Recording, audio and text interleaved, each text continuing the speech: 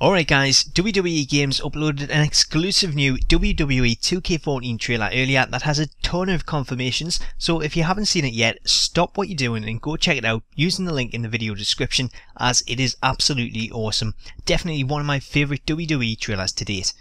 Right, so now we've seen it, first up we'll have two shots of the Raw and SmackDown arenas that appear to be from the show opening cutscenes in Universe mode when you start a new show, and it comes complete with the pyro. Then we'll get our first glimpse of the Shield as they make their way to ringside through the crowd, with all three members holding their respective titles as the default champions in this year's game. Next we switch over to Wrestlemania 20 for this shot of Goldberg and the Wrestlemania 20 arena, where it all begins again. Now for a first look at the Divas, and who better to start out with than the current Divas champion AJ Lee, who is another of this year's default champions as she skips her way down to ringside. Switching from the beautiful AJ to Macho Man's equally beautiful entrance attire for his Wrestlemania bout with Ricky Steamboat, who comes complete with his entrance attire in this scene, which is part of Steamboat's entrance, with the Wrestlemania card in the background disappearing when the match starts. Back to the current day, and we'll have Brock Lesnar complete with his entrance pyro erupting from the ring posts, and the first look at the entrance of the primetime players, both of which come with entrance attires.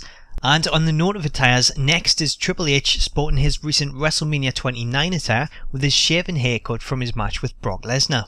And what's up? The Rock's new spinebuster, that's what's up, as The Rock lays out R-Truth with his newly animated spinebuster that comes complete with Rocky flexing his muscles at the end of it. Next we go back in time as we see Ted DiBiase in his wrestling attire for WrestleMania 4 as he drops a big fist on the Macho Man.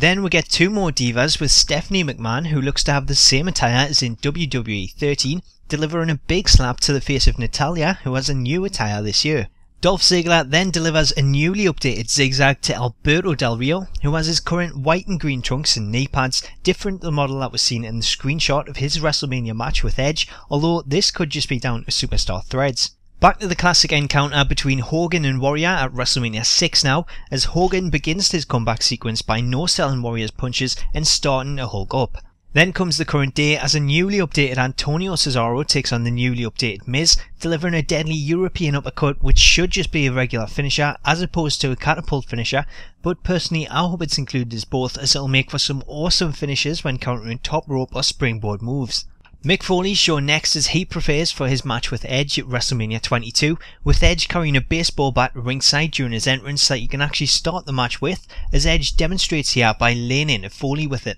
Next we see clothesline to the outside from Taker to HBK during their match at WrestleMania, but judging by the camera angle of this and the next move which confirms Undertaker's leap to the outside, I think this may be actually a cutscene from their match at WrestleMania 26. Following this we switch back to the Shield as they destroy Daniel Bryan in the corner. After the Shield we switch to WrestleMania 24 as Ric Flair applies the figure 4 to HBK as he battles to prolong his legendary career, before we see the Big Show set to deliver the WMD to Jack Swagger as the camera pulls back to show the Elimination Chamber complete with Mark Henry, the Great Khali and Brodus Clay. Then we see the Viper as he hits his wake up taunt, pounding the ring mat as he prepares to deliver an RKO to Daniel Bryan, before we switch to this shot of the classic Undertaker and CM Punk, whose attire here looks to be from after WrestleMania 29, with a quick colour change to his trunks as Taker delivers a chokeslam to the outside, sending Punk into the announce table and breaking it. Switching from classic Taker, we'll have classic Kane, who again comes with just one sleeve this year,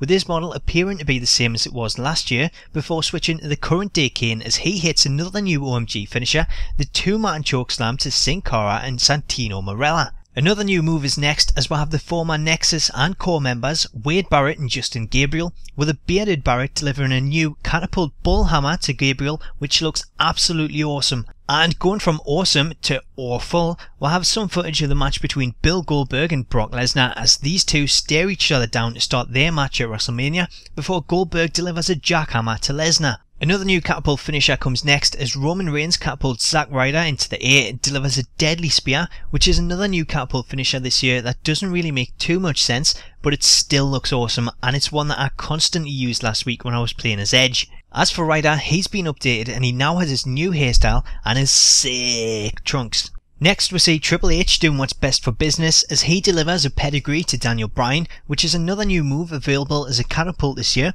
before we see footage of John Cena delivering a double attitude adjustment to Heath Slater and Jinder Mahal. Then comes another new OMG moment as Del Rio hits a big boot on Christian against the ring post before we switch back to WrestleMania 20's arena and see Eddie Guerrero deliver a frog splash to Brock Lesnar. Back to the current day now, and things just ain't getting any better for 3MB as Ryback delivers a two-man shell shock to Heath Slater and Jinder Mahal before we get confirmation of the F5 as a catching finisher with Lesnar catching Punk from the top rope. And following the trend, we'll once again travel back in time to WrestleMania 9 as Yokozuna drops his big ass on Bret Hart, although there's no sign of Mr. Fuji at ringside. However, I can tell you that he is listed as accompanying Yokozuna in the official match list sent out by 2K, as was Mr. Perfect for the Savage vs Flair match at WrestleMania 8. Next we see Batista as he delivers a Batista bomb to Rey Mysterio before Kofi Kingston jumps off the top of the ladder to stomp on a helpless Zack Ryder, sending him straight through a table and then celebrating as the sweat drips off him. The only downside here is that Kofi doesn't have an updated attire, so instead of the current tights that he now wears, he's instead wearing his old grey and lime green trunks. Finally, as we come to the end of the trailer, we see some shots of the Red Road Brock Lesnar, Ultimate Warrior and Daniel Bryan, who delivers his new flying knee finisher, the face of John Cena, to win the newly updated WWE Championship. And that brings us to the end of the trailer. Again, if you haven't seen it, the link is in the description so you can check that out. And even if you have seen it, it's well worth watching again as it is an awesome trailer that shows off a lot of this year's new superstars and the newly added Catapult finishers and OMG moments. So that's the breakdown complete. There's loads more news coming in the next few weeks, starting out with the live stream of this year's Create Modes on Monday at 8 PM BST, so I'll put full times in the video description for that, and also a link to a Facebook event that you can add to your calendar to use as a reminder. Finally, if you want to know what the song is in the trailer, it's The Phoenix by Fall Out Boy, so let me know your thoughts on the trailer in the comments. Thanks for taking the time to watch, and I'll catch you on Monday for lots of new information on this year's Create Modes.